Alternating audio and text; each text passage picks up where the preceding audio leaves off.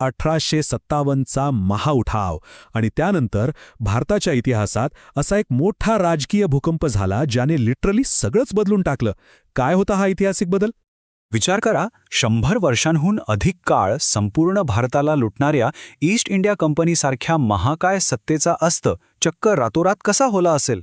एकदम शॉकिंग वाटतं ना? तर झालं असं, 2 ऑगस्ट 1858ला ब्रिटिशांनी भारतीय सुशासनाचा कायदा मंजूर केला.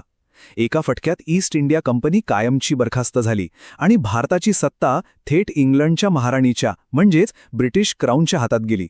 प्रशासनात तर एवढा मोठा बदल झाला की विचारू नका. गव्हर्नर जनरल हे पद गायब झालं आणि त्याची जागा व्हाईसरॉय या नव्या प्रबळ पदानी घेतली. लॉर्ड कॅनिंग हे बनले भारताचे पहिले व्हाईसरॉय. नोव्हेंबर 1858मध्ये आला तो प्रसिद्ध राणीचा जाहीरनामा. यात भारतीयांना एकदम गोड आश्वासने दिली गेली, जसं की धार्मिक बाबींमध्ये कोणताही हस्तक्षेप नाही, गुणवत्तेवर आधारित नोकऱ्या मिळतील आणि इथून पुढे कोणतीही संस्थाने खालसा केलीच जाणार नाहीत.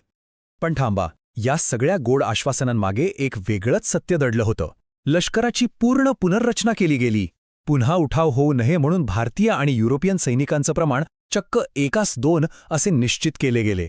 आणि एवढंच नाही, सगळ्यात महत्त्वाची गोष्ट म्हणजे तोफखान्याच्या सर्व शाखा भारतीयांच्या आवाक्याबाहेर ठेवण्यात आल्या. त्या 100% फक्त आणि फक्त ब्रिटिशांसाठी राखीव ठेवल्या गेल्या. त्यामुळे आता सर्वात मोठा प्रश्न उभा राहतो, 1858च्या या कायद्याने भारतीयांचा खरोखरच काही फायदा झाला की हा केवळ एक अत्यंत हुशार असा वसाहतवादी देखावा होता? या ऐतिहासिक बदलाबद्दल काय विचार आहेत? नक्की सांगा कॉमेंट्समध्ये.